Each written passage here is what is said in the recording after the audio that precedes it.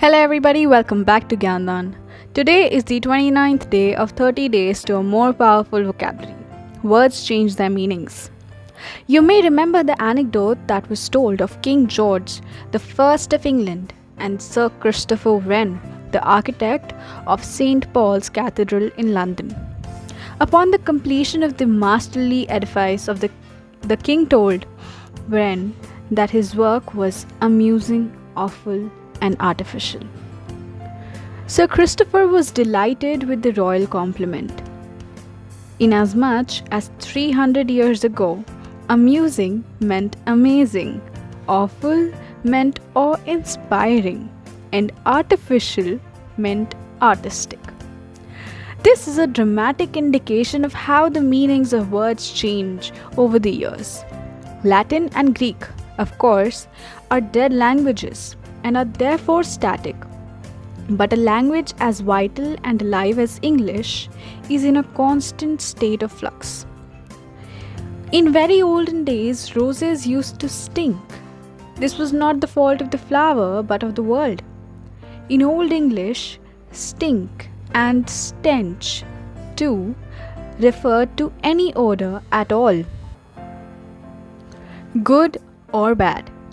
But since unpleasant odors make a stronger impression on us than others and are, therefore, more often commented upon, the meaning of the word gradually shifted and came finally to have only unpleasant significance. Similar shifts in the meaning are occurring right under our eyes today. The words smell and odor, when they are unqualified by adjectives, are beginning to gather about them disagreeable connotations.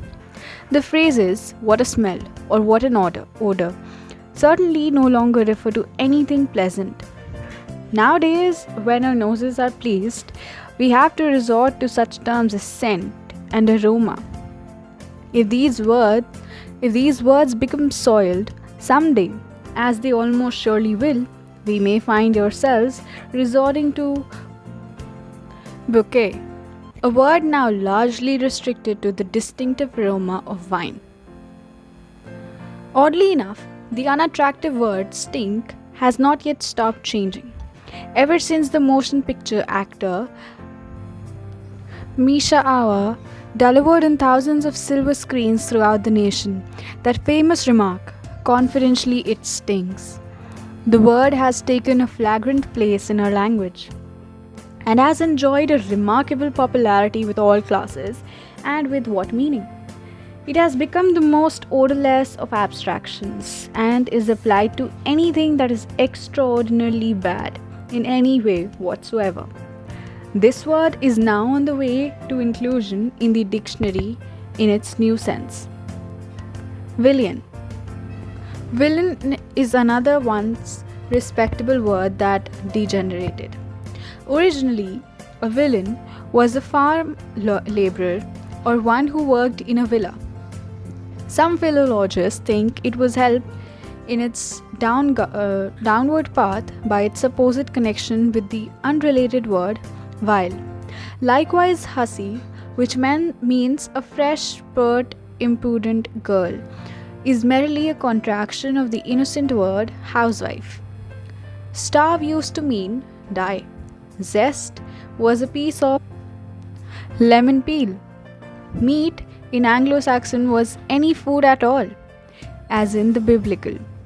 If meat market my brother to offend, in the 16th century, specious meant beautiful.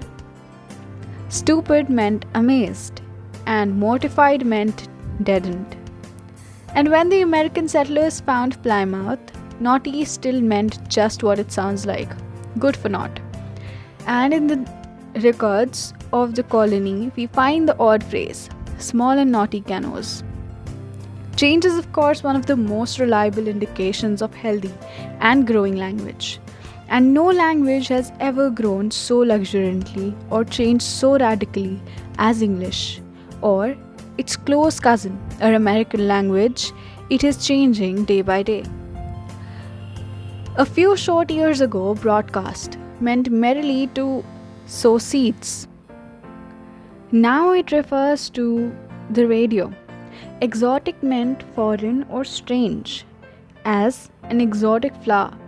Now we speak of motion picture actress as being exotic when she is glamorous and used even for glamour. In this sense, it is as new as motion pictures. In days such as these, when history is being made so rapidly, a language changes at a quickened pace. There are two words, for instance, that at the moment are running a curious course. Liquidate is one. As we know, this word means to settle a debate. And yet we read that the dictator liquidated his generals. By no stretch of imagination did liquidate ever mean murder or kill. Before yet, murder or kill it means now. Purge is another such word. When we read that the president attempted to purge a recalcitrant senator, we are seeing the word used in a sense that it was never used in before. Nevertheless, this new meaning of the word is already so clear to the average reader that connection between purge and purgative,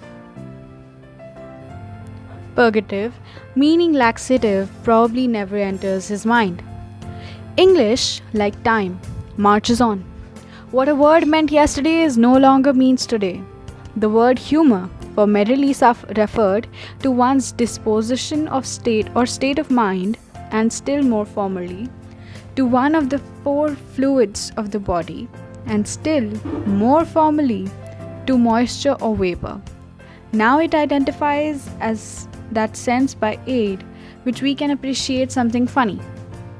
And funny, which once meant laughable, now often means queer or odd. In the old days, when we said a person was lying prone, we meant quite correctly that he was lying on his face. Today, judging by newspaper photographs, he is usually lying on his back. In our present times, a fight is often simply an argument. A celebrity is anyone who was in yesterday's gossip column. Today, one can climb up as well as down a cavalcade. Need not have a single horse in it. Lay means lie, fix certainly means repair, and quiet, formerly meaning wholly, now like awfully, often means only very. A climate has changed its pronunciation as well as its meaning. Acclimate.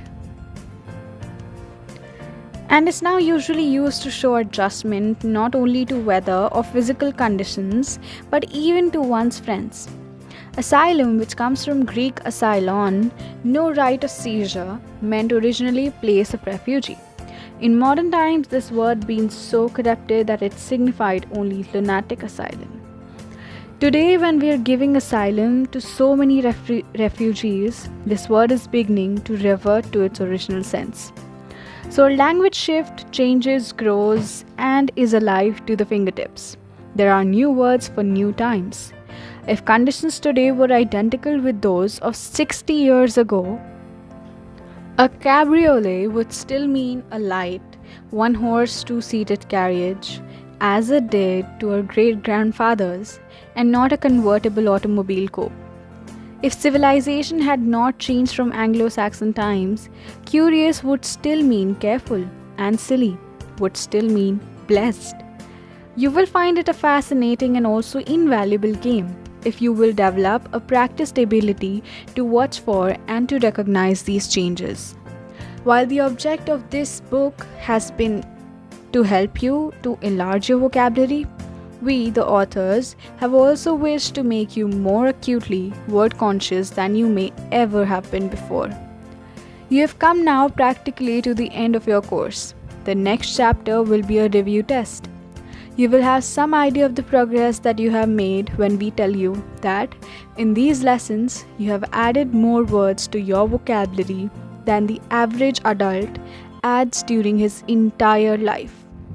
After the middle 20s, vocabulary growth virtually ceases unless a planned effort is made. Remember how limited most of us are as to words.